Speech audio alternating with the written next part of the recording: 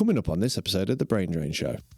Hello, bonjour. When I was young, I loved to do big stuff, big handrails, and slowly by slowly, because my body was fucked, you have to evolve in the way you're skating with your age. Back then, no one was making living out of skateboarding. Freestyle died, so all the freestyler had to find a job. So I went on tracker trucks and Blockhead. Then I went on New Deal because it was closer to me. Guns was living 1 year in Lyon because at one point magazines were only running photos from America. So with Euro brands, magazines were able to run their own content, and so it was good for everyone. Being good is one thing, but being good in front of a camera and filming a video part is another thing. So we had that agreement with Kelly Bird, which was more like a gentleman agreement. All the best tricks we were filming, we were giving them away to Lakai. They knew that we were filming with one of the best filmers in the world, French Fred. So when the video release, it turns crazy. Yeah, you fucked up the part. Yeah, if it doesn't work, you're fucked. Yeah. With Cliché, I was sending riders like a box of 10 boards every month. Here and there, I was sending them a different type of wood with different type of glue and everything. And no one really noticed anything. In skate shop, people have said, yeah, this board is so good and this one is so shit, but they both come from the same factory. And bon voyage.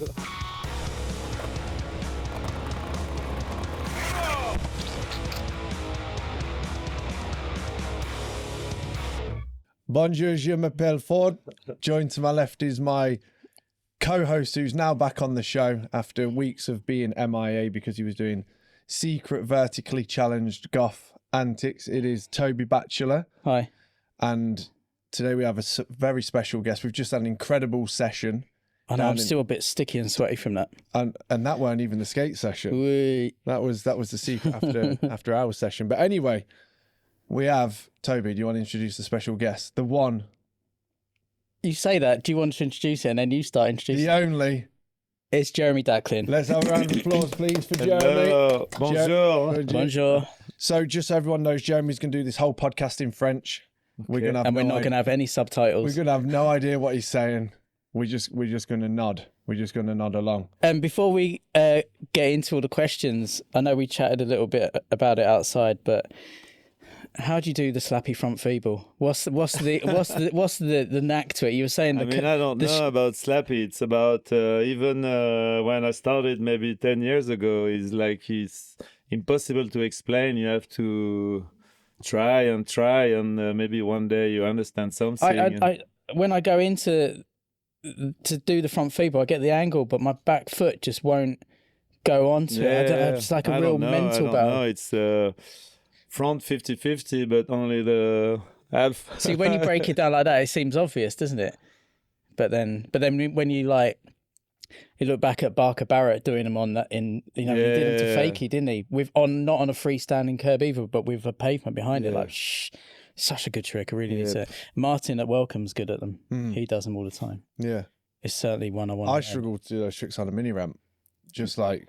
Yeah, on the mini ramp, they're really good as well. Yeah, I struggle on that. Where's that spine ramp that you skate? I saw you. It's in Lyon, but it's really small and really fun, and that's a really good spot for feebles as well. Yeah, front feeble, back feeble, and backsmith, and really good fun. We should build a small spine ramp. I know you've mentioned it before, haven't you, Sean? I'd love doing a real small one. Small spine ramp. Maybe out of brick, just like a little brick. Yeah, like 2 foot high. Yeah, if that. But wide as fuck. Like wide, and made but like brick. real little. So you get the. Yeah. You know what? It doesn't even have to be 2 foot even. And also, it's good when you land. You do grinds and you land on the side to flat. You can do feeble to flat or. Oh, maybe we should do that. Where would it go outside, like? Just anywhere. Just. Should get rid of the big red curb and put it along there. Yeah, just movable. At a slight angle, so you can skate it coming down. You know what's made me want? You could have it where the Adidas ledge is. Yeah. You know what's made me want to skate spines again? What? I watched Blender's GNS part again. where he's doing where like he's just yeah. Neil Blender in GNS footage. Yeah. Where he's just doing little bits on the He does a spine. graphic display case like over the spine, and he does like a little like- hand plant like round the side. round And the- he's round the edge of it. he right on the side of the. That's the one. He like goes Yeah, there. he does Yeah, like yeah, an invert on the side of the Yeah, like spine. round the edge. Yeah, that's crazy. I was watching that with someone the other day, and I was trying to explain how that footage is the best fucking shit. And so much of it, he's just bailing and being a weirdo. And it just looking at changed board. skateboarding for many people Yeah. forever. Yeah, Yeah. he's amazing. And that's only filmed in like maybe 1 or 2 sessions as well, isn't it? just It's not on an like any. afternoon. He's It's in the not same serious. clothes. It's not like he's gone out. We've got to film this. Back He's then, it was like that. Yeah. Video days in video part in one day, and yeah. just one day, it was- one and done. Yeah. So that's the part that's recently got me back in. Every time I have a bit of a bummer with skating, I always watch that footage, and I'm like, oh, my whole personality and how I skate is based off this part. I've got a VHS copy of GNS footage. Bonkers gave me Nice. gave me a copy of it as well. It's in a hard shell, Oh, mine's on the original paper. so we like took it out. But yours is battered, isn't it? Didn't you yeah, say? but I mean, I've had it since it came out. Can I buy it off you? No, All right, fuck you. Then. Why do you want two? I haven't got So to. you Who don't have wants one. I want two, so you can't have one. All right. But mini ramps are not that. They're kind of rare nowadays, and even spines are really rare, but they are really fun. We've probably got hands down. We've got one of the best mini ramps. I had a session on that mini ramp after hours. The one in the indoor, week, yeah. outside. And I Fuck. just had the best session on it again. Let's get it after. Yeah, I'm definitely down to skate. I've seen your mini ramp stuff. You've got some tricks. Yeah, I used to skate mini ramp Yeah. a lot, but we don't have really good mini ramp nowadays in Lyon. So, but I really like to skate tranny as well. Yeah, it's a good rampart one. I've yet to really get stuck in with it. Yeah. I used to love mini ramps and kind of like fell out of love with it, but I don't even really know why. For me, the test with mini ramp is: does the mini ramp Smith grinds or fiber grinds? Our one's a little bit. If it doesn't, it's not. You might struggle on our It one. does Smith grind. People sit on Smith grinds there all the time. So it's good. It's not very whippy. It's pretty mellow. It's pretty mellow, and that's why I like it. The Neil Blender one was like tight as fuck. Yeah. Yeah, I like it. All the ramp that goes up to the wall, they just replays footage in slow motion. He's just doing kick turns on it, but it's like he looks good. He looks amazing on those boards. He just fucking hell. I would have loved to have had a session with Neil Blender just to watch it. It'd be amazing. Did you ever skate with Blender? You ever met him? No, never. But I've seen lots of riders, but never Neil Blender. But I think lots of people don't really see him. He's really undercover. Yeah, it's quite an enigma, isn't Yeah. it? He was skating a lot of the. What were the little boards called? The polarizers. Yeah. He was skating those. Yeah. He had a wheel out on Powell, didn't he? Yeah, exactly. Yeah, and lots of skimboard as well. Yeah. They filmed new footage for that, and people was like really stoked on it. It's like people, skateboarders like him. It's almost better that you don't see lots of footage of him, because when the footage comes out, it's like holy shit. Yeah, It's the same with like Guy Mariano. When he comes out with stuff, it's always like whoa, because it's such a treat. But Blender's and the it's same. cool because he's not claiming like he's a legend or living of it. Yeah. Like maybe Natas is one of those guys who's not really. Yeah, I used to be good. Blah blah blah. It's just keep it mellow and Goes to a rather park than and has rinsing out. goes to a park and has a skate. Yeah. Right, one thing before we jump into it, back to the beginning, since you were talking about Slappies. Did you say you got into like Slappies like 10 years ago? Yeah, pretty much. Yeah. And what In fact, is what was the turning point where you were like, I'm going to start skating curbs it's now? not. It's my body who dictated my way of skating. Yeah. When I was young, I loved to do big stuff, to big handrails, We've and seen the footage. so and slowly by slowly, I moved because my body was fucked, and I moved my way of skating. Yeah. And I really think you have to evolve in the way you're skating with your age. Yeah. Because lots of my friends, they try to keep doing like tray flip over stairs or stuff like this, and they hurt themselves a lot. And also they can't do it because it's not good. They can't do it because they're old, so they get depressed. And when you evolve with your style of skating with the age, you can keep learning tricks and keep evolving and keep having fun. And yeah, so my skating have been evolving like from big to really, really small. Yeah. So soon I'll do only slides on the ground. Yeah. Yeah. I think that's the case with a lot of people, like, with, like, if you're not really into the Slappy game, I think people are missing out because it's so fun and addictive. And I was similar with, like, struggled to get into yeah, it, but I maybe think it's you're not still the too time. young. Yeah, it's not the time I yet. think the age thing is really key with it, because although you can slap you at any age, obviously, but like if you've been skating a long time, you can't maintain the standard when you're at your peak. Yeah. And slappies are a kind of low impact, although you can still fuck yourself pretty good on slappies. It's a really good. It's almost like a whole other kind of part of skating that's really fun. But you can still learn tricks. Yeah. And getting into Slappy is not about giving up to ollies or whatever. It's just learning new tricks, and it's what I really like in skateboarding. It's always learning new.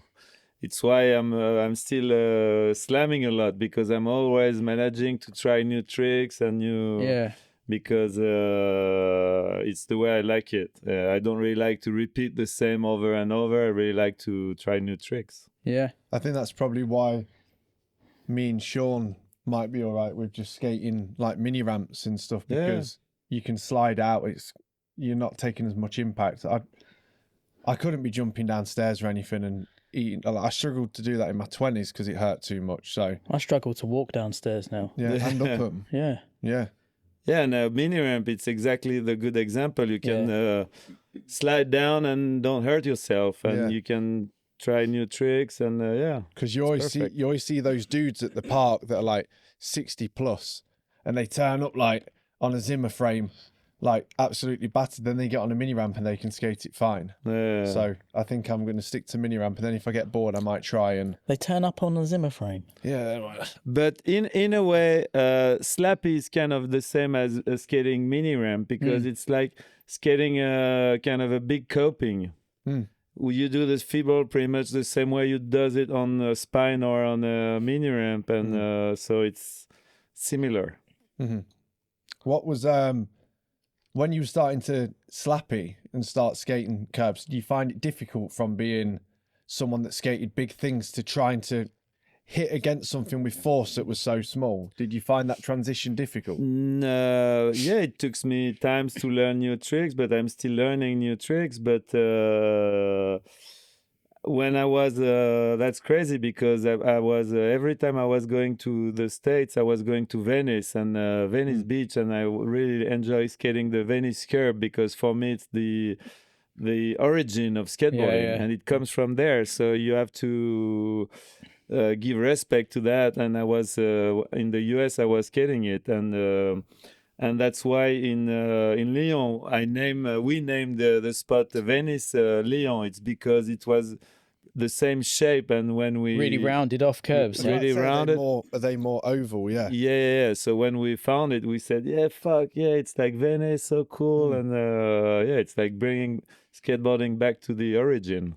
We should in September sometime go to Jeremy's curb. Let's do this. I was thinking about it last night when he said he said in the car yesterday, you can stay at mine for a month if no you problem. want. And I was like, don't test me, because I'll be knocking on your door. Because I might Fuzz wants to come as well with some riders. He came 2 years ago or something. And, it was really fun, and we should check that out. It looks good, that spot. But you've doctored the curb, so one of them is kind of goes up, doesn't it? At one point. In fact, we got 3 shapes, like a really round one, which is really good for nose slides, because it's always the same feeling. Because on square one you can slide on the edge or on the flat part, so it doesn't slide always the same. With the round one, it's always the same slides.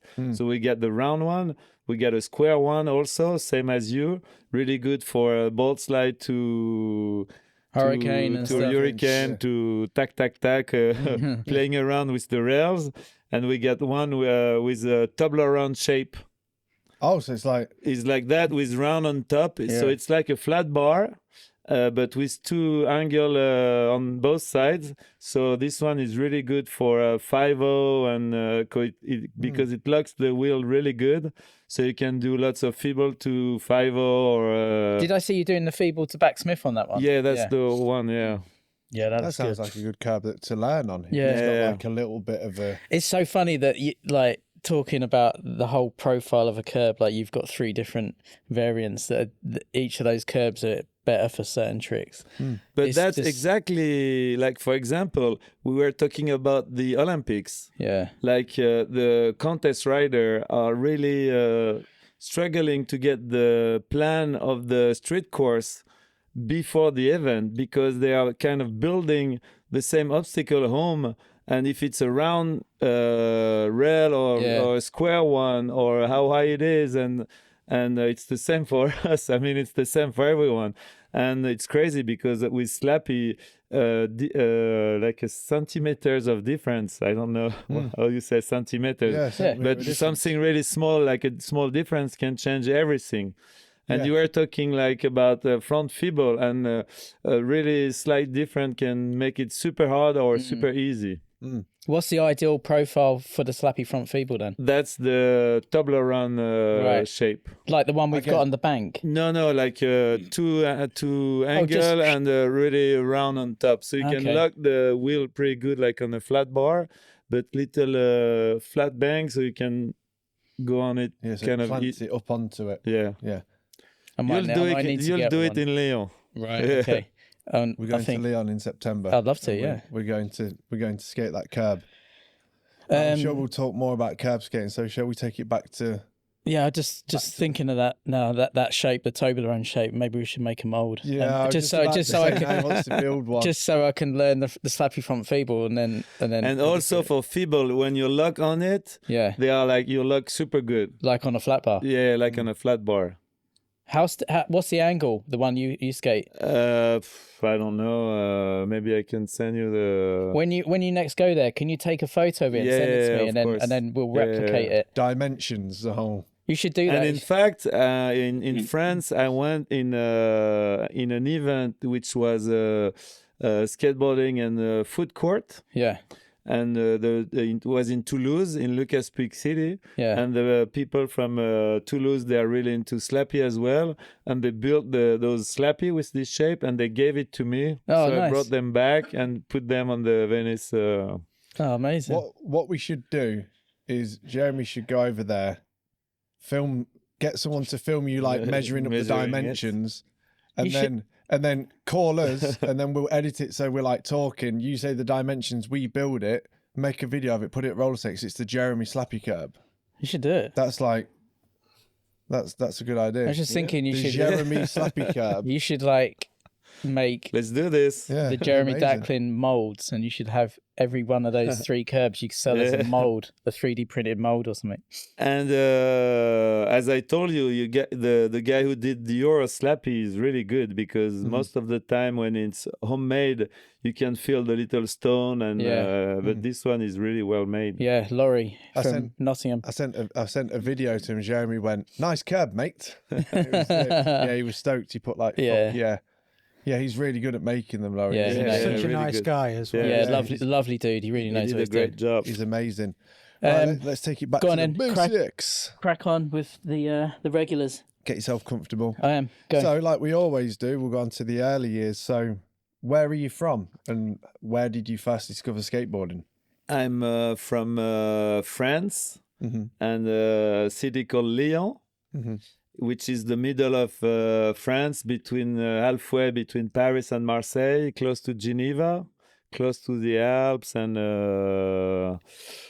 and I started skating back in 83, 4, 5, or I don't remember. Anyway, it was another century. And what else? So I'm 53 years old.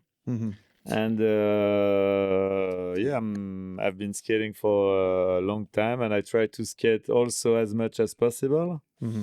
And in fact, I'm lucky enough to have skate mates, because I really think it's the most important things to have if you are kind of old and if you want to keep skating, is you have some good mates to still skating with. Yeah. So you still have fun, and yeah. So every lunchtime we kind of go skating, and yeah, so it's fun. But I'm lucky enough to have these Slappy spots, so it's kind of famous now. So lots of people are coming over. So lots of people from Australia or from all over Europe, they just hit me up randomly on Instagram, and I say, yeah, let's meet up at 12:30 and we have a session. And yeah, so it's and for example, last week Pontus came to Lyon, and did you see that picture? It was Pontus. it's been long time that he didn't skate, so I brought him some spots he likes, so we had a good session and it was really fun. How's Pontus doing? Is he all right? Yeah, he's all right, and he's been on a gypsy trip for like 2 or 3 weeks. Nice. I mean gypsy, but it was more luxury for him. But Luxury gypsy. Yeah, but he just rent a van and went through south of France, and yeah, but he really likes it, and yeah. What was the inspiration? What was the first thing that you saw that got you into skateboarding? Was it film or? I don't really know, but it was, I don't know, maybe just we were like a little group, and a friend of us started skating, and slowly by slowly we... Every other person. Yeah, every other person. And once I went to Paris as well, and I just went to the Eiffel Tower at the banks underneath. At the Trocadero. Yeah. And those from video days.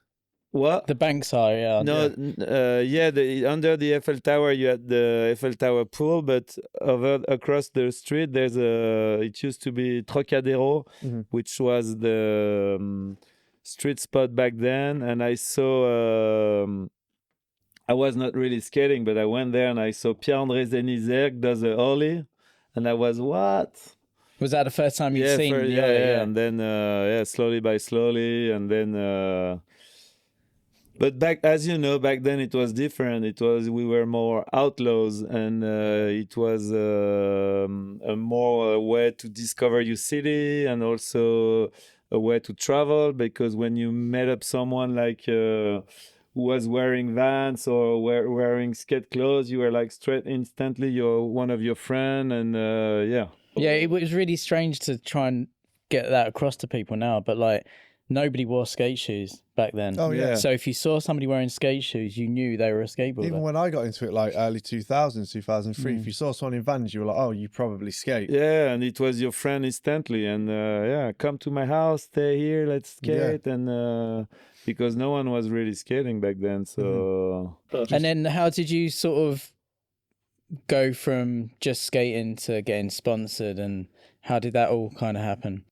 It's the really thing is back then no one was making living out of skateboarding. Yeah. So I was making really for a passion of it. It was impossible to project yourself as I want to be pro. I'm going to live of skateboarding, and so.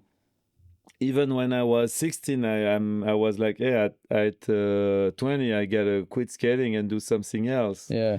And even back then, there were no old people like me today skating. The oldest were like Tony Hawk, and he was like 30 or whatever. But we grew up like this, and some people like that opened the doors of old people skating, and slowly by slowly, the skateboarder took over business, because before business was owned by non-skateboarders. Yeah. So skateboarders open a skate shop like you, and distributors like V7 in France, or like Pierre-André open up like the Ethnies, and yeah. So it's open doors for other people to say, okay, there's a future in skateboarding. But back then, so I was just going there and skating and having fun and traveling, meeting people, and yeah, it happened like this. But and that's why I had to open. I sort of working instead of being only pro. So I opened a skate shop around 95. I opened up a skate shop in Lyon because I thought it was impossible to be pro or sponsored. When you were starting skating and getting into it, there was no like local shop that hooked you up at the time, or There were a local shop, luckily, which was really good, but it was more like surplus. Oh, okay, yeah. Selling like camo stuff and military stuff and With some skateboards and some second-hand stuff, and he started selling skateboard because he used to sell lots of America imported stuff, like Levi's and stuff like this. So he started selling skateboard, but it was in the 80s and the big boom of skateboarding.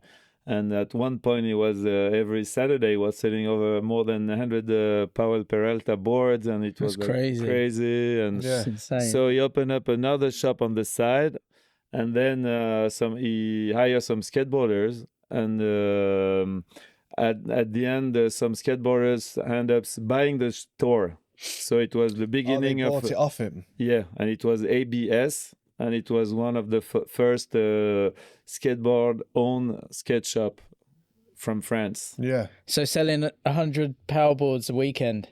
That was crazy. Fuck, I mean. And back then That'd it be was crazy like now. 600, like €100 Powell Peralta, and back then it was a lot of money for kids, and it was a big business. That's crazy, isn't it? Yeah. What was your first proper board then? Did you start off I on think power my boards first proper board was a Town and Country quad. You know TNC, that brand? Yeah. And it's a quad board, which I've had which that for a was long like a team board, but with like a kind of square neon green. And I'm lucky enough to have some friends in France who get the license, and they are doing a Town and Country for Europe. And I made a collab with them, so I had the chance to make like a Into the Wild quad board, Town and Country. So I was really happy with it. Yeah. That's amazing. We'll get on to into the wild. Did you know that they had a Town and Country? They had a game out on the original Nintendo. Did they? Yeah, it was never called knew that. Town and Country Wood and Water Rage. Oh, mate, what It a was Nerd. what a random Yeah, fact. they had a computer game for some That's reason, wild. but yeah. And unfortunately, it was Steve Nazar who was drawing the characters. I don't know if you remember. And it was the Team Riders. He was making fun of the Team Riders back then. But they split together, so it was him doing his art on the side, and Town and Country was doing more the regular stuff. The Hing and Yang logo. Yeah. Yeah, I've not And heard of that for a while. unfortunately, the Steve Nazar died like not so long ago, like 2 years ago. Yeah. I've not heard of that brand for a while. For years, actually. It was big in the 80s. Yeah. Same as Rip Curl or those kind of stuff. So you had a shop that opened about 95. Yes. And then with skating, then because you skated for Deathbox briefly. Exactly, So how did that kind of sponsorship start to come into it? And in fact, I was riding for V7. Freestyle died. Yeah. So all the freestyler had to find a job. Yeah. So Pierre-André did Soltech, and V7 did the French distribution. Yeah. And so I was riding for him. So I went on Tracker Trucks and Blockhead. Yeah. So I went to the States for like 2 weeks, but it didn't run really good with Blockhead. But I mean, I now I know the dude, and I went back to the States recently, but it's perfectly nice with him now. Oh, good. But and then I went on New Deal because it was closer to me, because they had a Euro team manager and everything. But I was still not really happy, so I went on Deathbox to get. In fact, I went from America to like get a closer team manager or brand to be more in contact with the brands, to be more interactive with them, and yeah. So it went Blockhead, New Deal, Deathbox. Deathbox. And how long was you on New Deal for then? Because you're in the video. What was 1281? Yeah. Yeah. Because you're in that One video. day video part, same. Just one day video part. They just turned up. Gorm, he was the guy. He's still working. Gorm Boberg. Yes, exactly. He's still working with Sidewalk Distribution. I'm working with him, and a really good dude. He came. He took the train, and he went to every Euro Riders for one day and film. And hello, I'm here. Let's film, and bye bye at night. I'm out. It's incredible because I think even if you were making a video in this day and you just hit up a bunch of people like, let's just go out and film as much as, I don't think people could actually do that. You know, if you look at video parts where it's filmed in a day, and some of those video parts are they're absolutely shutting it down just in their hometown. There's loads of spots in there just killing it. I don't think. Yeah. I don't. It definitely wouldn't happen now. The one day video part. No. Maybe not in the UK anyway. I don't know. Yeah. I don't know. Yeah, but you had to be lucky. You had to be not injured, not raining. Not stars have to nothing, no school. Yeah. No, not feeling it that day and stuff. Just on 1281, like that video, that was real pinnacle when things started getting like pressure flips were like you watch Chris Thistle's part in that. Yeah. And it's just like what's I going just on? love like the yellow case of it. Yeah. And, like, the design layout and everything's amazing. Oh, I should have bought that in to get signed. Maybe I'll have to bring that in so you can sign it 30 or so many years later. New Deal had a real big effect. It was a really good brand back in the day. Like, Exactly, I remember getting Useless Wooden toys for Christmas, and then every single one after that. Was it 1281? And then The Deal is Dead. The Deal is Dead. Yeah. It was a they had good riders, and, like Templeton, Vallely, and Amande, all those guys. It was really good. So you filmed that in a day, and then how long was you on New Deal for then? Sorry, I don't know. Oh, you did say yesterday. But not good with the dates. I don't know. But they came to France. I did the tour with Templeton and Neil Hendricks, and it was good also. And it was good.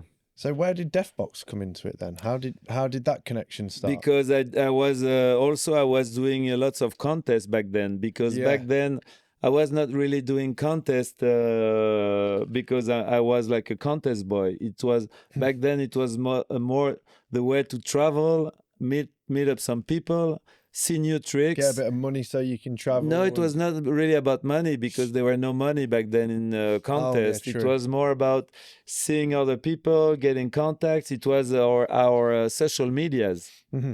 It was a way to see new tricks, new everything. So I was doing lots of tours, and in one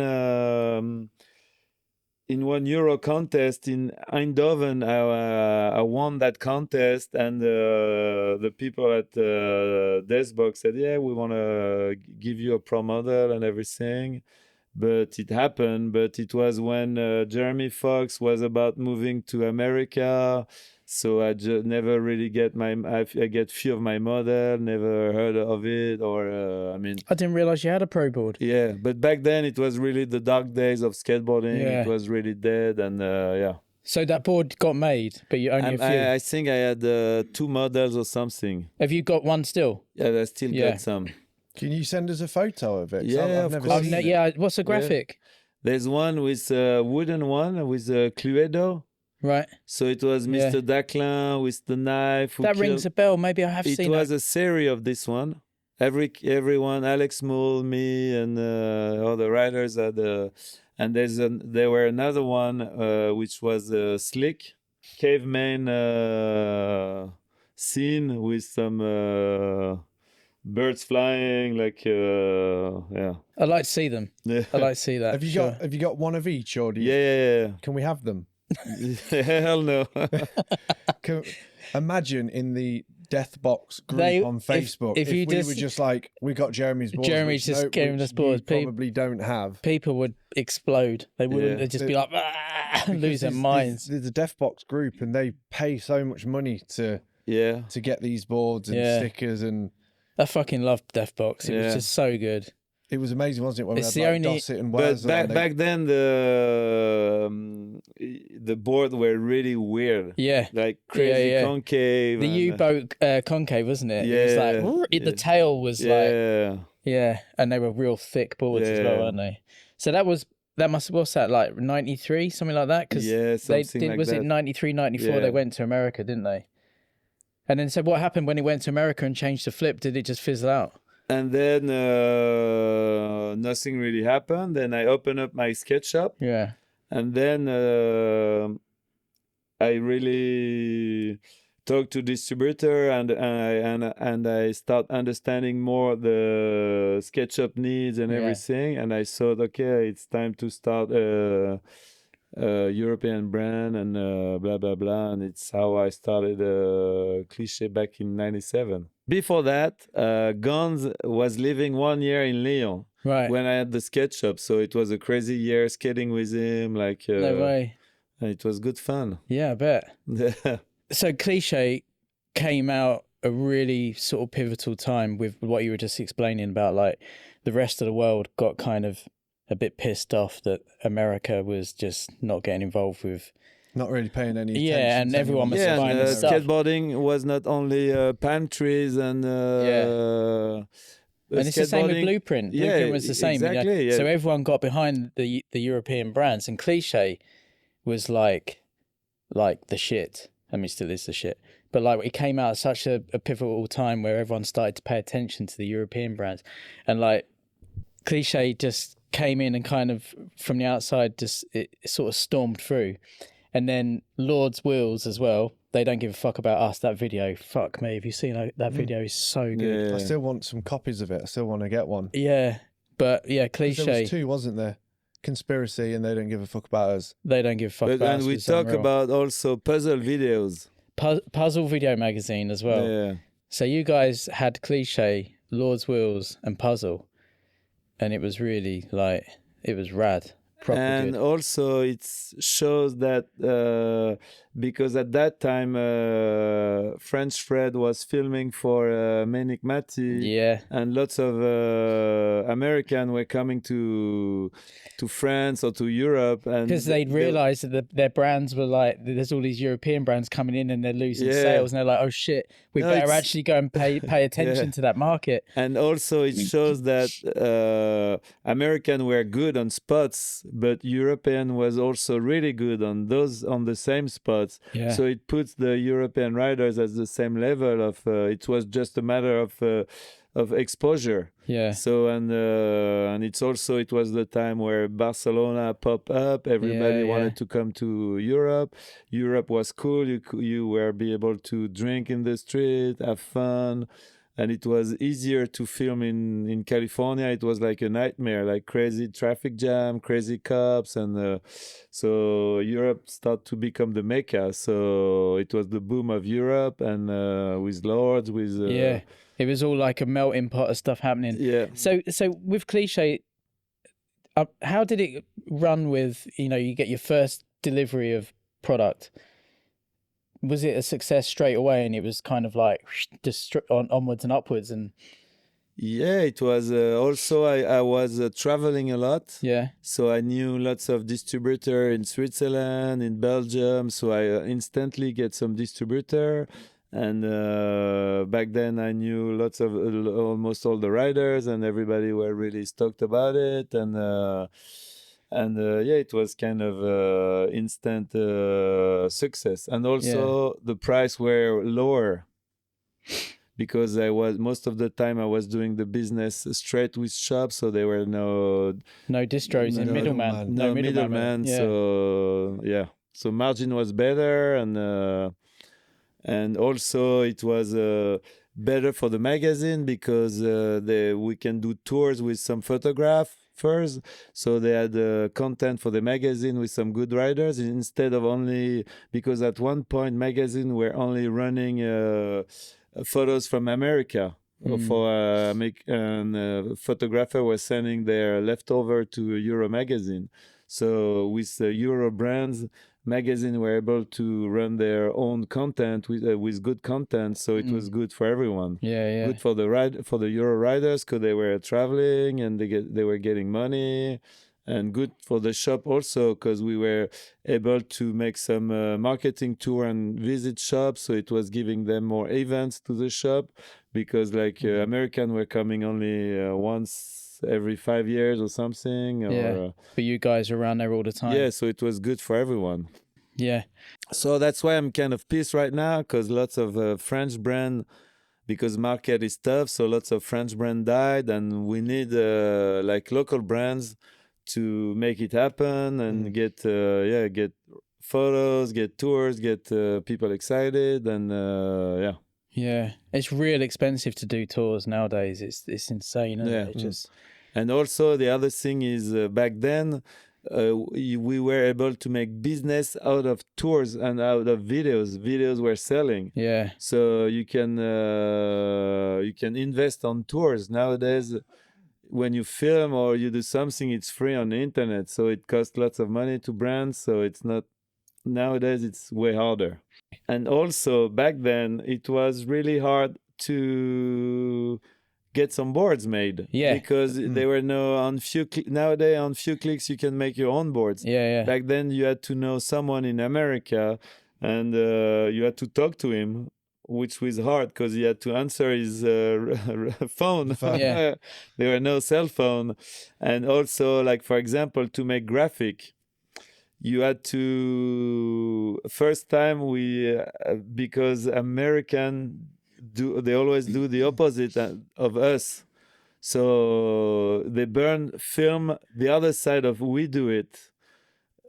For screen printing, so we had to send we had to translate stuff and send it over, so it was crazy hard. So and back then it was really hard to make boards, and you had to hit higher minimums. Like nowadays, and this is, I'll probably get cancelled for saying it, but there's a lot of wood shops that print very low numbers, 25 boards, so anybody because can it's digital, anyone can graphics, go, I've got a brand, and get 10 boards printed, and it's not helping. So do you remember roughly how many items you made on the first drop? Made it was 3 models, 100, and in fact I got no clue because no one before me did it, so I just no marketing plan or nothing, just go and see what's up. And I so it was 3 graphic, and it was 1 pro model for me, 1 Swiss guy, and 1 other French guy, Sébastien Dorel, which was he's the Marc Gonzalez from France. Is Seb Durel? Does he like skate vert? And exactly. He's a legend. I seen him in the Yoan, I forgot his last name, Talian. He was in his minute video. He's from Bordeaux, and he's skating like a vert ramp indoors or something. He's like, I think he plays the flute on one part. I always loved his skateboarding. Is he really still skateboarding? He used to work at Darwin in Bordeaux. They have an indoor skate park and a vert ramp and everything, but he quit like recently. So was he one of the first riders? Yeah, exactly. Oh, that's amazing. I never knew that. Have you still got one of each of the original? Can we have them? Of course, no problem. Do you know Seb Durel? No, I know the name. But... He was riding for Adidas also back then, and a really funny guy, always having fun. And I think on Instagram when it first started, he used to do a lot of little funny videos and skits. Oh, he's fake incredible. Super Mario or fake. Super funny. He was one of my favorite OG Frenchies from when I was a teen. I remember seeing him and just being like, this guy's sick. Exactly. That was super amazing. Stylish and natural rider and really good. He's fucking. I've got to watch loads of his footage now, especially back in that minute video. So I was doing also t-shirt, and very early I was doing like, for example, jeans. But back then it was also super hard to do stuff and everything. But they were still factory in Marseille doing jeans, because back then Marseille was a big clothing city. They were doing lots of clothes and everything. So in the Monday I had a cool factory that I knew the dudes. So Monday I was going by car in Marseille, buying the fabrics, buying the buttons, buying everything in shops. Going there, working with them, and at the end of the week, coming back to Lyon with all the jeans back in the car and selling them out the back of the car. Yeah. Cliche Yeah. jeans, like big. made in France, and Yeah. and so that was the good old days. Did Seb film any parts for Cliche? I assume he did, right? 'Cause That's the problem. I need to do some history research because I never knew that he skated for Cliche. That's the problem back then, because being good is one thing, but being good with in front of a camera and filming a video part is another thing. Yeah. And Seb is one of those guys which is so good. It can be the best, but in front of a camera, it's like, okay, I'll do it later. He's more wild. Yeah. So he never managed to do like a proper part.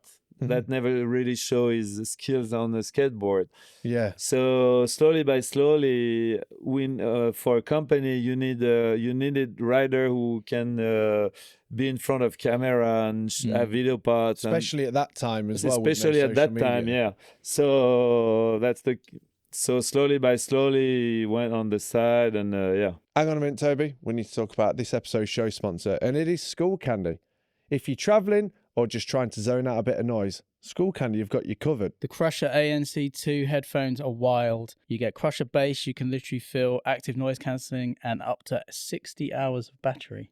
And if you want something smaller, I'd recommend checking out the Method 360 ANC, powered by Bose Sound. So the audio quality is amazing, the ANC is incredible, and the bass is ridiculous. Not only that, but Skull Candy also do incredible colours and designs, much better than your typical tech company. Use the code BrainDrain20 for 20% off your order at skullcandy.co.uk. Now back to the show. Toby, Back to the show. Back to the show. I said it. It's back to the show. back to the show now. Back to the show. What was the transition with Cliche to starting doing your first run of 300 boards to it going in-house at Dwindle, and how did it all The thing happen? is, it was growing, but the thing is, I never had enough money to invest. So at one point, I knew someone from Salomon, the shoe company and the ski company, and they wanted to invest in a skate company. So I started talking to them, and we had a deal. I sold them the company, but I was still running the company.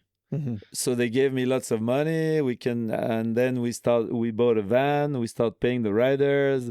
So before then, the rider's not been paid, and No, and only my friend were doing stuff for free, and I really wanted to become like a proper business. I was, I'm sorry, excuse me, I can't pay you. And so I really wanted to be the riders in good condition, like in the US, and have like a proper filmer and a proper van to do tours and everything. But so I sold it, but in the contract I said I'm still kind of the boss, kind of. So I hired the people I wanted. The tour I was doing the tour I wanted to do, and I hired the people I wanted, and so it's how it goes. And we had money, so we. I bet the riders were stoked, weren't they? Getting paid and stuff. They were really well paid, and they were really. And how long did that last with? It was really good, and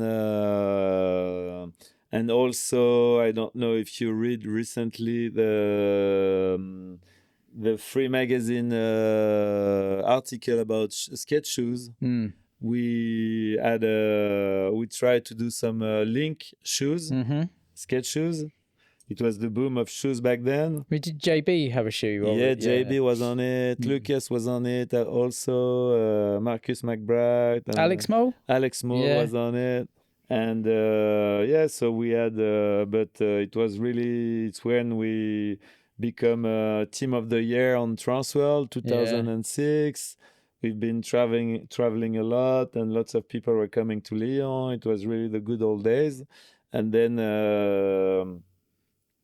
Salomon had some business issues, so they had to stop a company, and we were the last in. They also, at that time, they had Arterix, The Mm-hmm. They also had like a golf company and some other company. So they said, "Oh, sorry, we need to stop doing Cliché, blah blah blah." And so we start talking to our contact, and we talked to Dwindle back then, and Dwindle bought from Salomon. And so we were on Dwindle after that. And how was that? That was really good also. And one of us, Al Boglio, moved to the States, but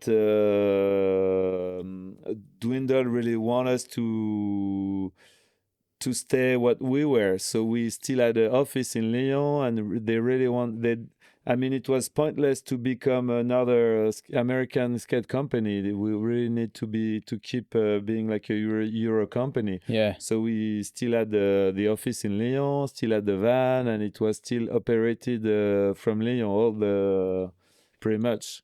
But Al Boglio moved to the States. He was more to be the middleman because Dwindle was a big mechanic, so he had to be there, and so it was good. Was it Dwindle's influence when Americans and Australians started being put on the team? Because, like you said, it was heavily European. Then obviously Brzezinski, Brophy, Kale News, Kelnowski, but they came before. They came before them. Yeah. Cliché was not about it was not about what you were skating, because lots of teams were more based on technical riders, or Zero was more about jumping downstairs, or for me it was more about having style and being a very nice guy, because we're doing lots of tour, so it's to be able to fit with the other in the van and everything. So that's why we had Lucas, like a tech dog, and Javier Mendizabal, a skating trainee spot at the same time. And same for Joey Brzezinski. It was not about where he was coming from. It's about him being funny and everything. Same for Brophy. It was Ozzy living in London. It was more about him and his crazy pop, and him being a nice guy. And so we're not really thinking about where does he come from or whatever. It was more about being a nice dude. Just if they're a good, fitting in. Good skateboarder. Fitting in. Got on with the team. Yeah, I have to say, from an outsider's point of view, especially like the Gypsy Tour video and that, it looked like you guys were proper, a tight crew. Yeah. And, that... Like Ricardo was amazing. Yeah. And lots of people, Yeah.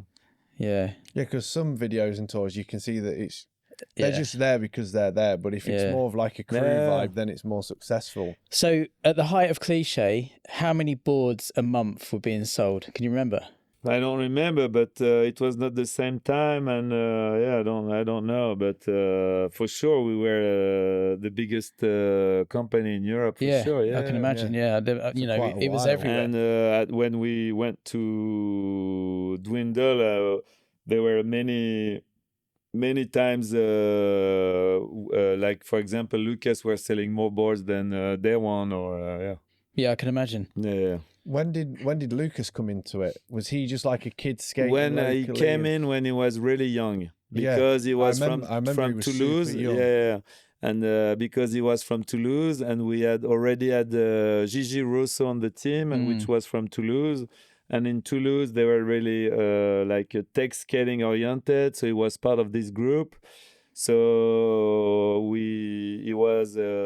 I saw him doing a contest and so on, and he came with us on tours, and then But back then, that's crazy because he was not able to leave school. He was too young to. Yeah. So he was supposed to work, like do his homework at night and everything. Well, when you took him away, yeah, and that's crazy because Mark Johnson passed away, and Lucas was in Lyon like last week, and we were talking about it. He was in Barcelona with him, filming for the Lakai video, and he was at like 14, like tried to sleep in the sofa, and Mark Johnson was coming back from crazy party, all fucked up, and Lucas was kind of scared, and so that was crazy. But yeah, Lucas fucking Lucas is incredible. Also, in Lucas' time, it was hard to project yourself in future. So for him, it was kind of risky to skate more than going to school because there were no promise of making money or the promise of being homeless. So what age did Lucas go pro then? He was quite young, right? Yeah, pretty 16? young, like 16 for the Bon Appetit video. Yeah. And then we were talking briefly in the car about Fully Flared, and you said about how you helped kind of instigate getting them into that. Because what's the story with that? Story is that Lakai was the biggest shoe brand back then with all the superstars, and we had that French connection, and they were all three on the Cliché team.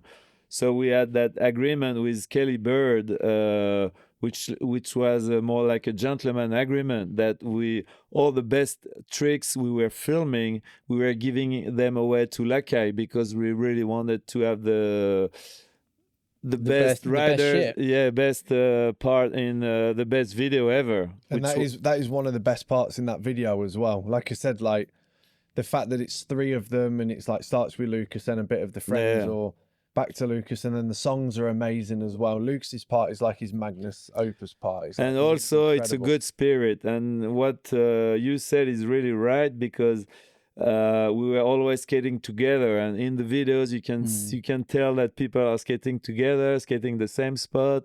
And also we were skating lots of different spots, like the White Banks in Lyon, and Is that the one that you skate on top of and go into? Exactly. Is that still there? No, it's fucked. But lots of people came to Lyon to skate those flat banks and those like Penny skated those in the flip video. Yeah. It's also the iconic mushrooms spot. and yeah. And as you said, the Slappy Jérémie shape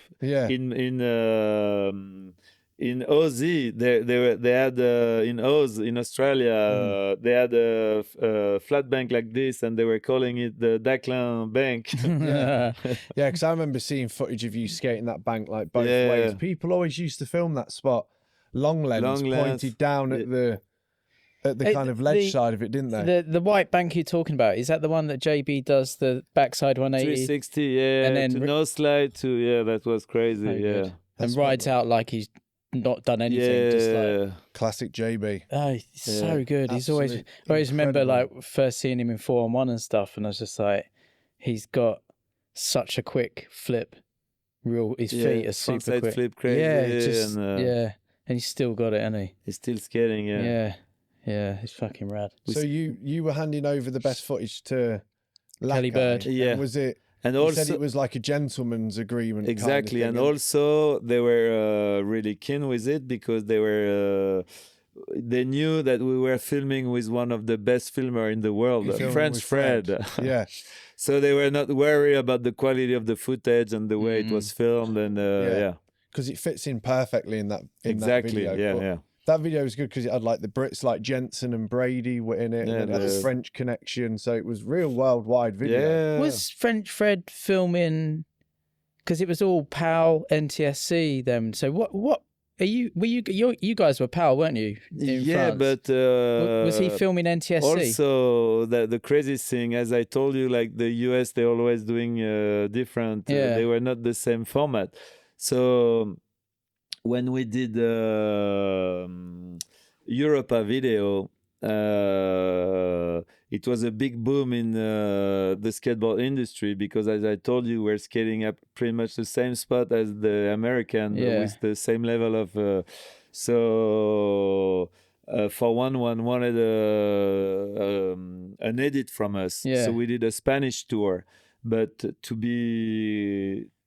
to be able to send them footage, we needed to be NTSC. So did you have PAL VX1? So I went to Japan, to buy a VX1000 NTSC special for. So I bought one, bring it back, and we went to Spain like for 2 weeks and make an edit, and it went on 411, and it was really well. Was that a brand new VX1000? Yeah. Imagine getting a brand new VX1 now. So with that, filming it on NTSC, can you just import that on NTSC on a British computer? Or is Yeah, that still you gonna be- just you gotta choose between NTSC and PAL. Okay, So so, it's like- you'd have to it's have two VXs then. You'd have to So- have a PAL and an NTS. Yeah, so the 'cause- PAL would be 25 frames per second, and then the NTSC is 29.97 frames per second or something like that. Yeah. And slightly different aspect ratios and stuff. So Yeah, it was always a bit more. You look at some footage back then. a bit it was wider, bit more. and I read this whole thing that people used to film NTSC because the image quality was slightly better than like a PAL VX. But It was all to do with what you watched it on at the end as well, because the TV frequency was different. Exactly. I remember. thank fuck we don't have to deal with that. Oh, anymore. it used to be a nightmare. I remember when I was converting Ben Raymer's footage for the consolidated video, and Ollie Timon's to go in. Can't remember which one it was. Going bananas.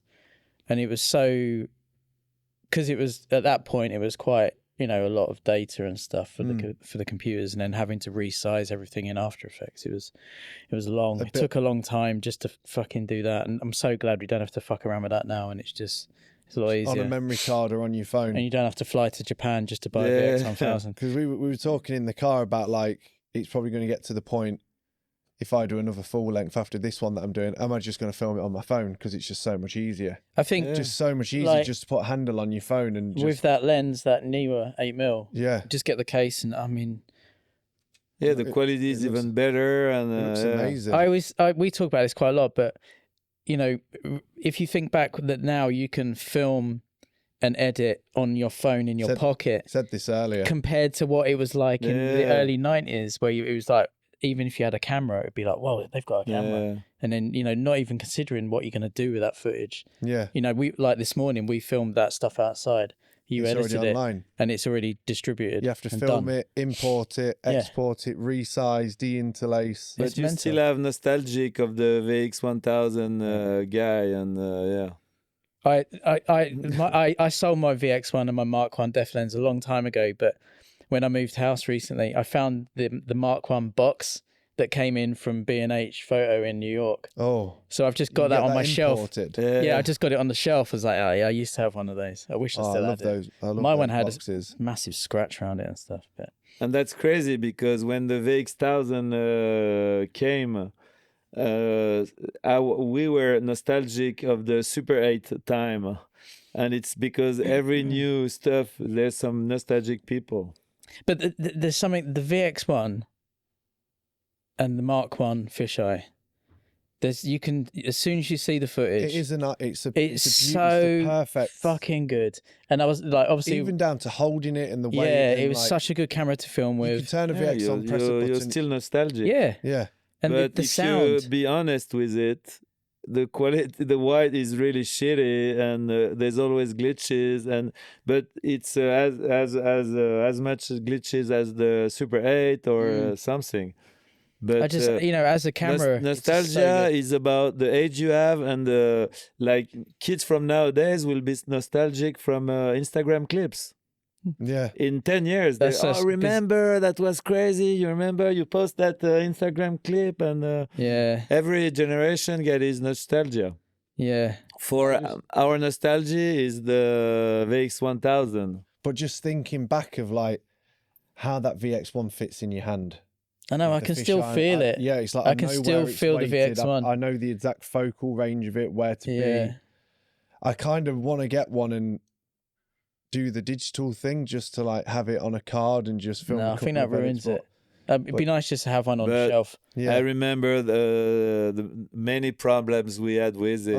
With the so glitch many. during the tricks, Yeah. losing some tapes also, and the battery was shit, and no, you can't watch the You can't footage. watch It's it going back. to I fuck used to have it a up. separate camera, so if you Yeah. wanted, you took the tape out, put it in a Exactly. separate camera, so you didn't fuck the French heads up. Fred at that as Yeah. well. It was yeah. So back to Cliche. Where did Frank Stevens come into it? Because I love that part where he's skating. It's that Liam Lynch song, isn't it? Still wasted from the party last night. Yeah. Like, where did Frank Stevens come into? Where's the link up? into Cliche? In fact, we had a really strong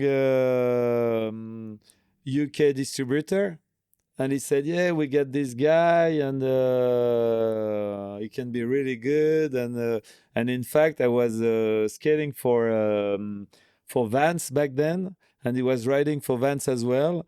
And we made like a tour together, and he was kind of cool. And then he came to Lyon, and it was really cool. He filmed some stuff with us and everything. And then we come up with a pod with him. He sent also some footage from on his side and everything. I think that Ben Powell and those guys would have filmed that. But then he turns after when the video release, he turns crazy. Yeah, you fucked up the part. You wanted to show me as a bad person, and Sorry, Frank was saying this. yeah, Right.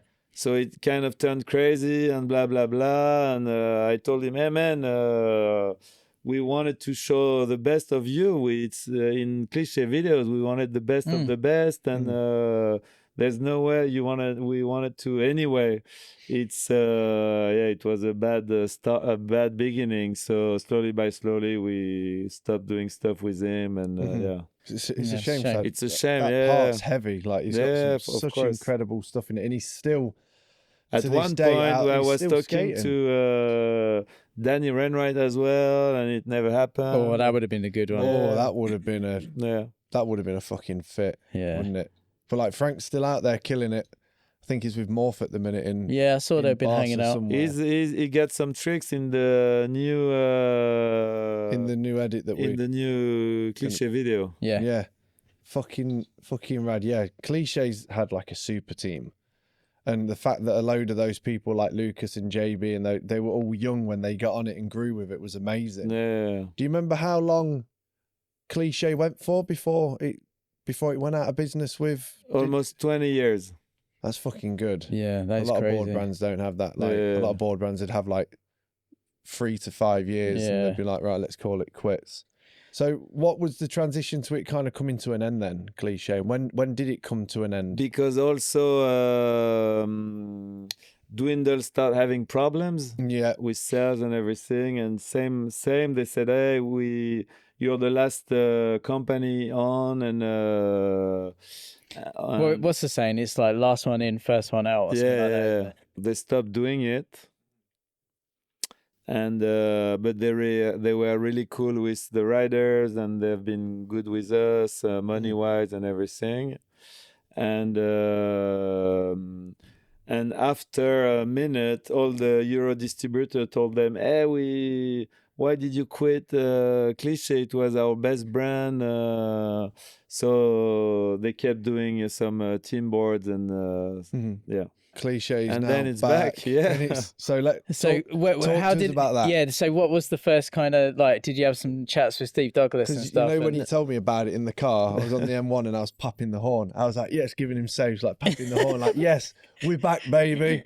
How did it all come about? So the story is Dwindle have been bought by another company, and then it died and obscurely died, and anyway, so it was over. And maybe, let's say, 2 years ago, I was looking through the internet, through the trademark website, and I noticed that Cliché was free again. So I said, okay, I just get it back. So I just get it back, not to restart it, because business is still really bad.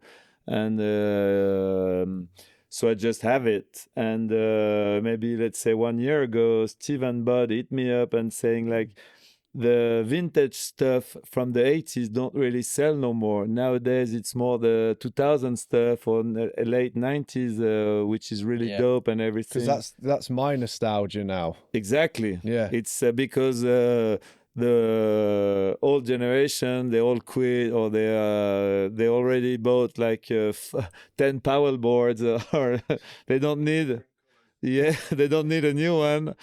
And so they hit me up saying that, and I told them, but now I got the rights. And I told them, but I don't think it's the right moment, because you can come up with the best board. Business is so tough right now, no one will buy some. And they said, wait a second, and they show me numbers. And in fact, even with small numbers in every countries, they are really good with the distribution and the drop ship and everything. At the end of the day, numbers are kind of okay. So I said, okay, let's do it. So I'm kind of the brand manager now, and they're doing the production and distribution.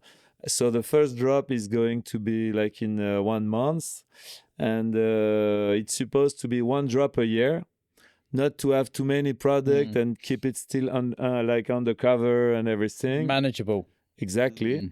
So, but right now everybody's really happy with it. I talked to the riders, Pontus and JB, and all those dudes are super happy.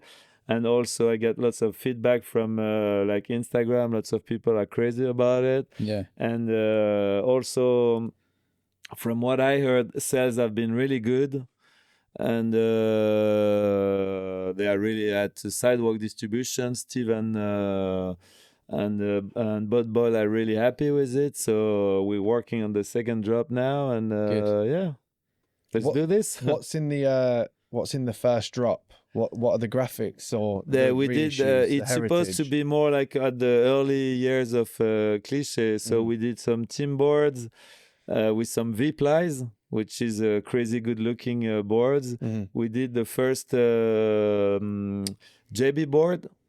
Fucking sick. Yeah. And you've done the mini baseball bats as well. We did the mini baseball, which I had one of those behind the counter in the shop. Yeah. We like with the recycled boards. Exactly, with the V-ply. We had those in the shop in case anything went on, you could get this little baseball and just go. Like, Don says, "Don't steal from sketch shops" on it. Yeah.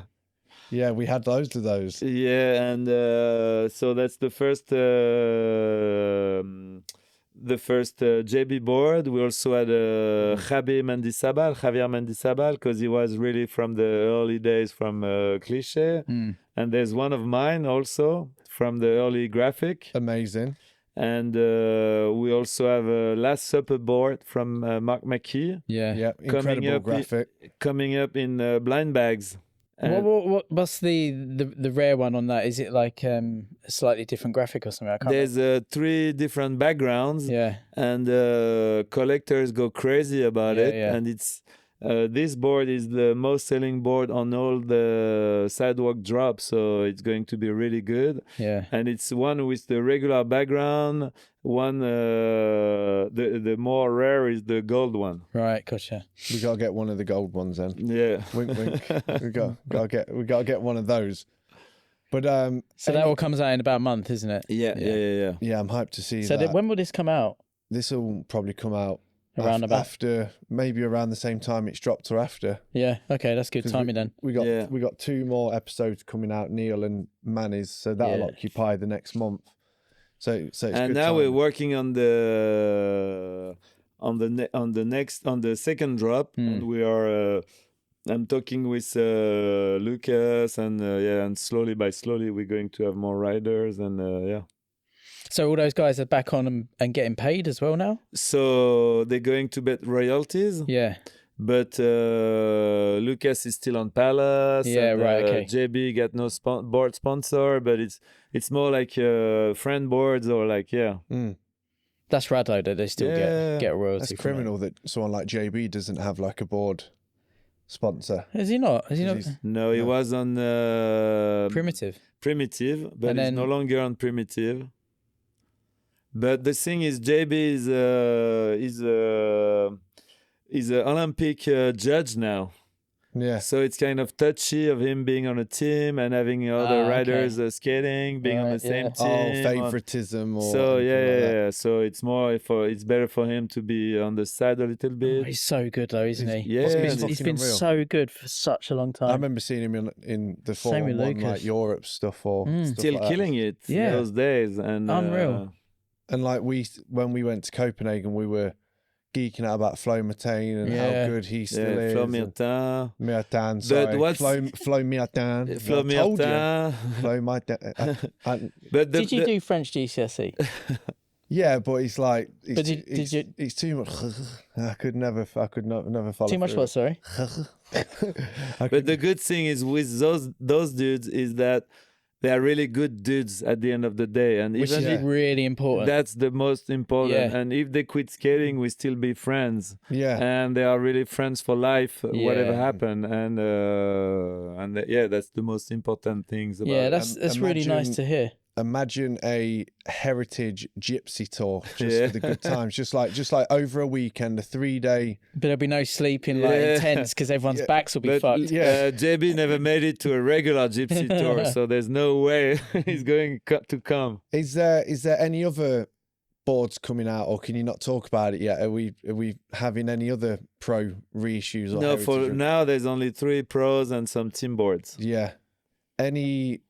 Oh, I know Oh, you maybe- want more? I know you want more. I know maybe not, but I'd love Ford's it. about to ask if he can get a pro board. No, on no, Cliché, ain't Seb heritage board. I'd love a Seb Duel board. Yeah.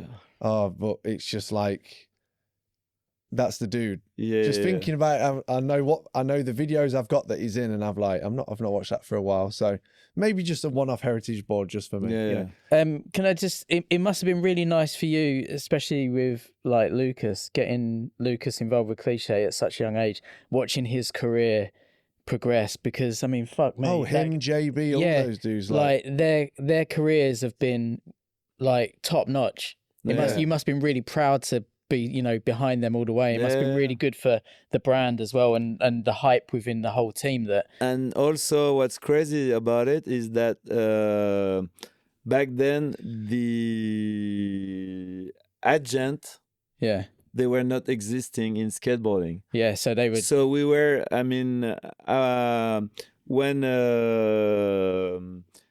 Lucas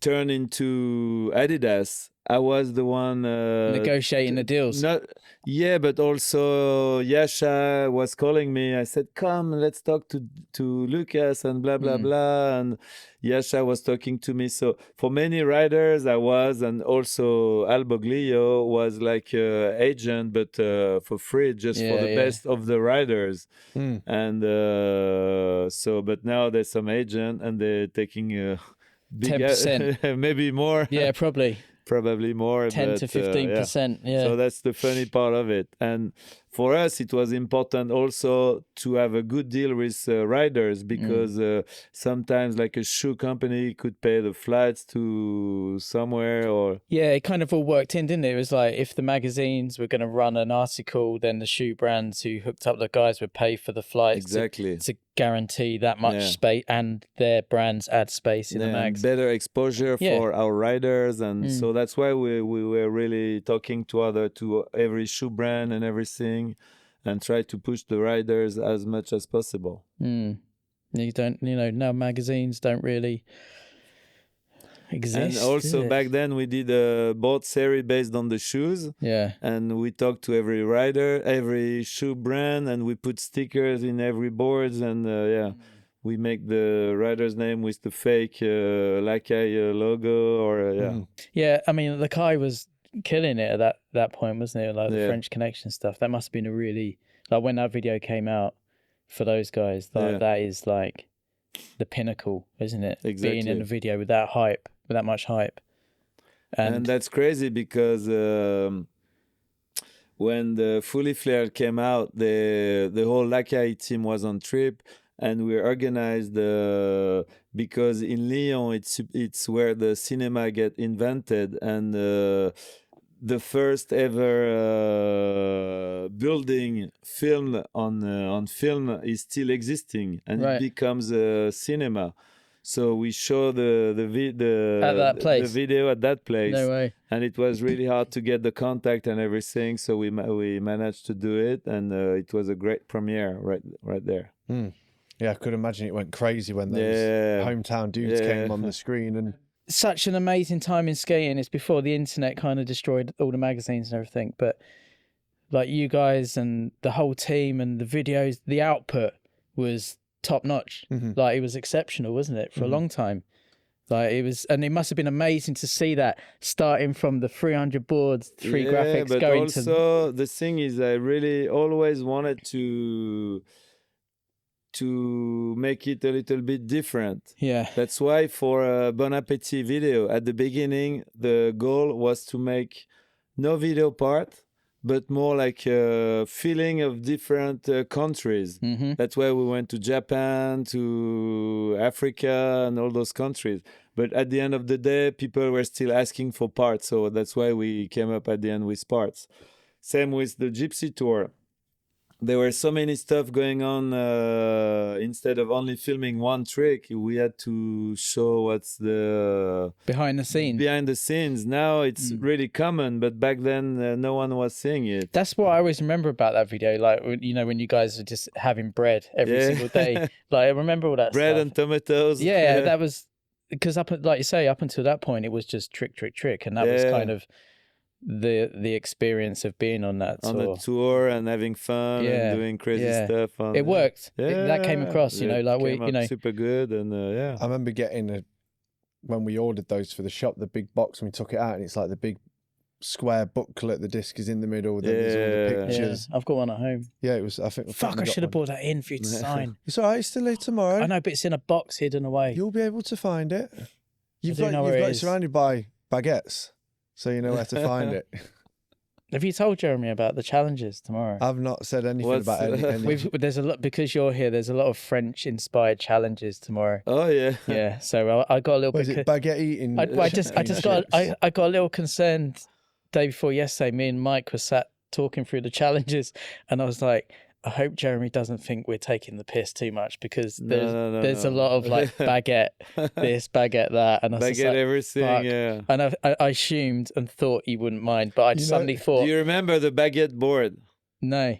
I came up with the actually shaped like a baguette. Yeah, and the board was really zigzagging like a shape of a And I gave one, and I got the samples, and I really liked it because it was really weird. Yeah. And I gave him one to Brian Lottie. Oh, no way. Because he was working at Dwindle back then, and he was really, thanks, man, I really like it. And that's nice. Brian Lottie, one of my favorites. You know, when we was in the car yesterday, obviously, we passed that street sign that said Butthole Lane. And then he put it on his story, and he was like, what's your intro? I was like, Baghead Crew. And he was like, oh, Baguette Crew. That's French. And I was like, that is what we called it when we go to France's Baguette Crew, but it's Baghead. But that was just a funny little one.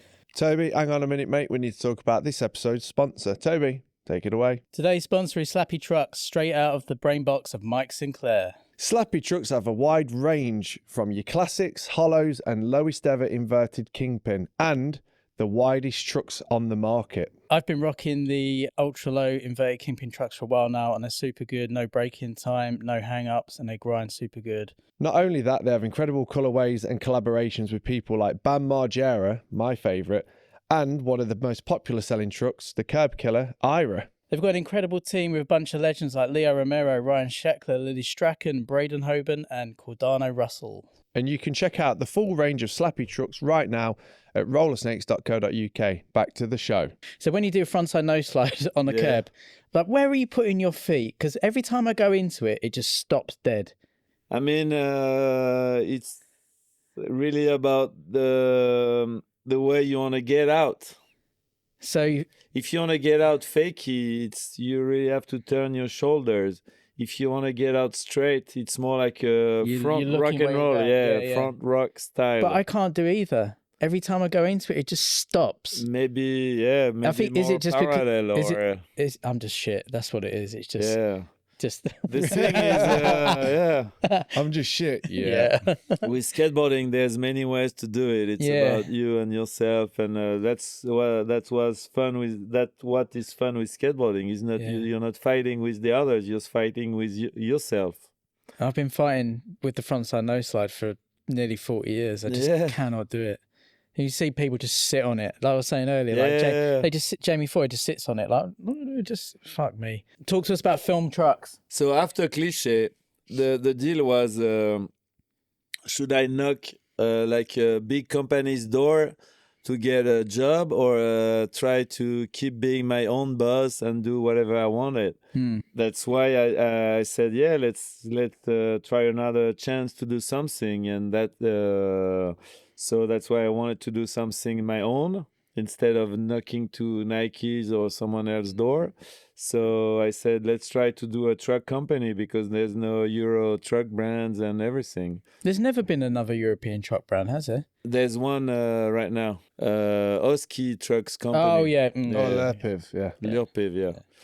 So so I've been working with some engineer and also working with DSM and to work on some molds and everything, but it was not that easy because like for a board you just have to pick up the shape or anything. For a truck you have to pay for mold and every size is a different mold and blah blah blah and but it's pretty much the same concept as a Cliché. It's about a Euro company with lower prices and Yeah, the film trucks are a good price point, aren't they? Yeah, we sell a lot of them. Okay, cool. Yeah. How much does it cost to get a truck company off the ground? Like, what was the investment to get? It's about just to get the hanger made. It's about 3,000 euro investment, but you get 4, 5, 6 sizes. You need like and also, if it doesn't work, you've then got to if it doesn't the work, mold. you're fucked. Yeah. So how do you know what mold to go with? Like what's... Because I was working with some some engineer, like skate engineer, like and I put some input in it, and he said yes, this and that, and we're talking about angles and ideas and everything. Yeah. And so I started this, and I had a team, and I've been I did many videos and some tours and everything, and the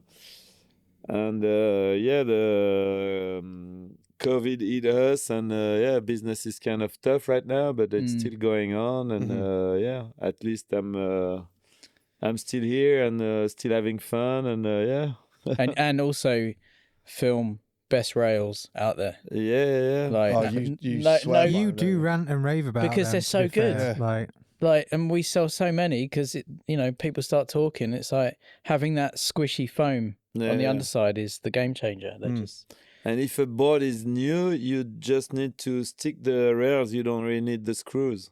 But they don't stay on, do they? They do stay on. Yeah. Have you ever tried to get them off if you want to put one that stickiness? That's the problem. Yeah, I don't stick them down. I just lay that down. I don't peel it off, and then I can recycle them. But so, they're good rails. So when it came to making the truck, you said you worked with an engineer. Was that to figure out the like pivot, the geometry, how high you want the trucks, Oh, that's incredible. There's a lot more goes into it than you think. Than just being like, that truck's good. It's probably the most full-on skate brand part of a skateboard. Like, 100%. It's a really tough market because out of all the components of a skateboard, probably wheels is the other one. People are so hell bent on the truck they ride, and it's really hard to get people to try anything else. As you said, there's no rules in skateboarding, and skateboarders are supposed to be open-minded on skateboard brands and trying new stuff and everything. But with trucks, they are very opinionated, and that's what's crazy about it is that they are, but if you do like a blind test, they won't even recognize whatever truck it is. Or every month with Cliché, I was sending riders like a box of 10 boards every month, delivery to their place, and I was testing always some new wood, some new glue, some new everything. And here and there, I was sending them a different type of wood with different type of glue and everything. And no one really noticed anything. I think, and and the same in SketchUp, people are said, this board is so good and this one is so shit, but they both come from the same factory. Place. Yeah, we've had that before. But... And so it's very... Skateboarding is really subjective. Over the last couple of years, like I was riding Thunders for probably nearly 30 years, 25 years. And in the last couple of years, I've tried Ace. Yeah, you tried Ace. You Slappy. weren't a big fan of Ace, was you? No, and there's not much in them. Oh, my sort of, you know, quick in layman's terms things is if you want a truck that turns really, really, really fucking tight, Ace. If you want a truck that's kind of Turns quite wide, you probably get Indy because that's quite Indy or wide. Slappy, and then if you want something that doesn't turn as much but is really stable, Thunder's really good for that. So you know, they do have but they're all kind of, you can put them into generalizations and of also categories and stuff. the thing is, if you want to turn, you need a high truck. Yeah, because you're going to get wheel bite. Because they need angle to turn. Yeah. So like, you know, and the madness of skateboarders, you know, like you're saying, you were sending boards that had different types of this, that, and the other. If you don't know about it, it doesn't matter. It's not like you can get one thing and it's going to make you suddenly do loads of tricks that you've never even thought you could do. You know, and so anyway, what I was getting around to saying is, so over the last couple of years, I tried a few different things, and they all work. They're all, you know, they all do the job. Yeah. You just, ones are slightly different. And some crazy tricks have been done with some you remember the tracker floaters or some. Or like, you know, when Penny was on the destruction spree and he kept having to bang his axles to get because the axles would slip all the time. Yeah. You know, and he switched frontside flip down Carlsbad. Was it Carlsbad? Yeah, maybe Carlsbad, yeah. With slipping axles, you know, and it's just... Yeah, he did. Was that in a Transworld video? Yeah. Or was But it anyway, like for example, riders always talk about the board size. Yeah. But the most important is about the wheelbase. There we go. Yeah. Yeah, Exactly. This is it. And no one really No knows about his wheelbase. You are in a room full of wheelbase enjoyers. Yeah, that's the most important. It's about like, by your far. by like far, it's insane. Yeah. And But people don't know either. And like, you can ride a 8 or 8.3 or 8.5. If it's the wrong wheelbase, you're fucked. It's like I was saying to you earlier, like that board I'm riding, it's 8.5, but because it's got the really short wheelbase, it doesn't. It's why I asked you feel. the wheelbase. Yeah. And I don't know, I think, because for a long time, boards were getting bigger and bigger and bigger. Like everyone was on 8s, then it was 8.1, 8.25, then 8, and 8.5 and bigger. And the wheelbases were just getting bigger at the same time. Yeah, so longer with you'd them. have like a 9-inch board with like a 15-inch wheelbase. And Yeah, I've skated somebody one of who's those in like the past. 5.5 foot tall was trying to do tray flips. And it's like tray flipping. It makes your board so heavy. A plank of wood. It doesn't make any sense, you know? But yeah, more and more people are. So that's why be savvy to it. skateboarders don't really. Yeah, sometimes they gotta be more. They think they are really picky on their stuff, but they are picky on the wrong shit. The wrong shit. Yeah, they're focusing on the wrong stuff. But at the end of the day, if you can do a trick, you can do a trick regardless of whatever the setup is. Did you see that clip of Jamie Foy skating one of the Exilas the other day at Baker Boys? He does the front crook Front on crook it, just does a regular front crook, sits on it. For example, for the wheels, nowadays real wheels they are really wide. Yeah. And for me, I really like still ride the skinny wheels because if it's skinny, it slides better. And because I do lots of slides, I like the skinny wheels. Yes, less friction. Less fracture. Yeah. When it comes to the truck, what would you say the turning's like? What does it lean more towards, like a Thunder or like the tightness of the turn of a film truck? It's more between Indy and Ace. It's 54 millimeters high, and Indy is 55. Okay. And yeah. So you really went in on the truck with the millimeters of the height and the width and everything. And also the inside part of the around the bushing, I make it really thick because when you do lots of board slide, it wears out. It's and it's the problem with Ace. It's really thin, so it gets fucked up a lot. Yeah. So that's good. So not only the price point's good in the first place with film, but you've got that extra. So you get a bit more mileage out of them. Yeah, I love the shape of film trucks. I'm a big fan of the shape of them. And you did the collab with Death Skateboards as well. So it's been almost 10 years now. And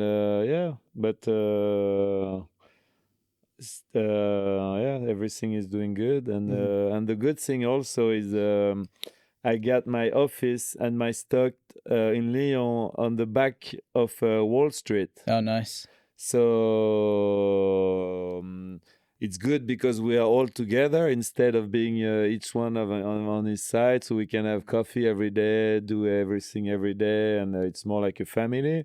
And also, it's really good for me because I see all the reps coming in shops, all the delivery of the price list, all the trend, all the everything. So it's really interesting to have my office in a shop, so I really see what's going on and everything. And Wall Street is one of the best shop in France, so they get lots of interest from all the brands. So a lot of opportunities from all the brands. Exactly. Yeah. So they get invited in all the sales meeting, and so they are really on point. So I'm really following what's going on the skateboarding world. So for me, it's really interesting, and also for business-wise, it's really interesting as well. Yeah, sure. So is film completely separate? That's your thing. It's nothing to do with Dwindle, because you mentioned that Dwindle. No. It's nothing to do with Dwindle. It's my thing. I'm doing boxes myself. I'm calling the shops. I'm doing in fact, I'm doing the whole distribution in France, and on the rest of the world, I'm going through distributors. One for Switzerland, one for busy then. The regular way to distribute.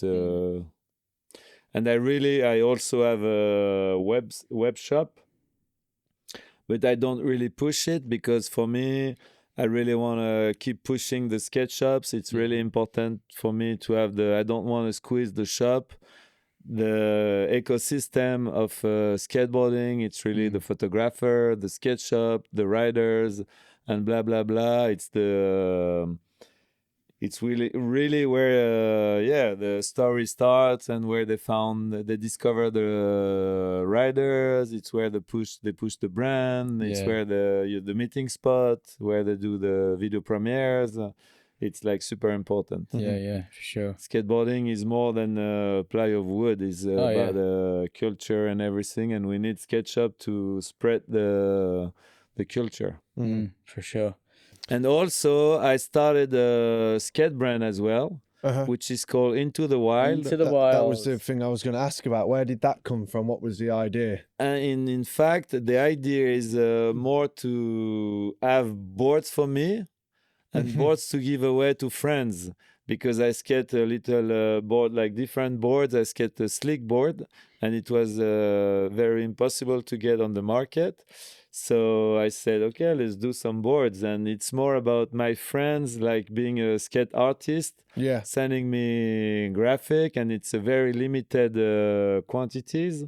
And I tried to have like the best finish of boards as possible, like V-plies, wheel well, slick. Yeah, they always look really good. They really look really good. And so Gons made me some graphic, Pontus and Brian Lotti made me some graphic. John Horner for sure. He's here tomorrow. He's here tomorrow. He told me, and so it's more about to have fun and like an art project. Exactly, kind of, and it's really limited quantity, and so I sell some, but I also give a lot to some friends, and it's fun. Nice. Yeah, it's a wicked brand. I enjoy it. Yeah. I need to get a slick board after seeing you run that.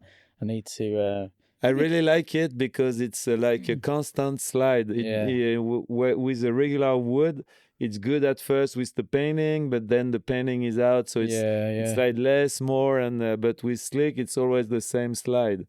So that's why I really like it. Yeah, there's a few brands started dropping them back in, but for sure it's more heavy. But as soon as you don't do, you get used to it pretty quick. You don't do tray flip, it's no problem. With the right wheelbase, it's no problem. Yeah, that's it. So have you got anything else planned brand wise, or are you just going to be working on film and Cliché and Into the Wild, and you're quite happy? For now I'm here, so I'm quite happy, and so I'm quite happy because I can work and still work on skateboarding. And you can still go skateboarding. You still get ridiculous invites to stupid events sponsored by Exactly. Voltero in the UK. And I still see my friend. We still go session, and and as long as it's still fun, let's keep going. Yeah, and absolutely. I really don't want to go to a boring job or so. Living the dream. Let's still living the dream, and as long as it's possible, let's do it. And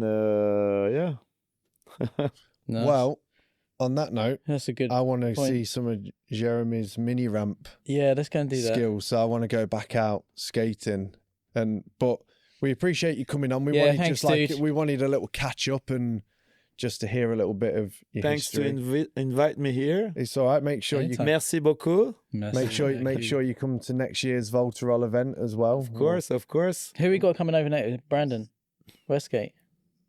Westgate coming over next. Well, that was our plan, wasn't it? We've not announced it, but Just did. maybe. But Oops. and let's Just did. and let's definitely try to go to the Curb event Yeah, in Lyon. yeah, I So wanna- I'd love yeah. to see that. Yep. Yeah. All right, Nice. well, let's get Thanks a very round much, of applause. dude. Thank for you. Jeremy. Thank you. Right, hold on.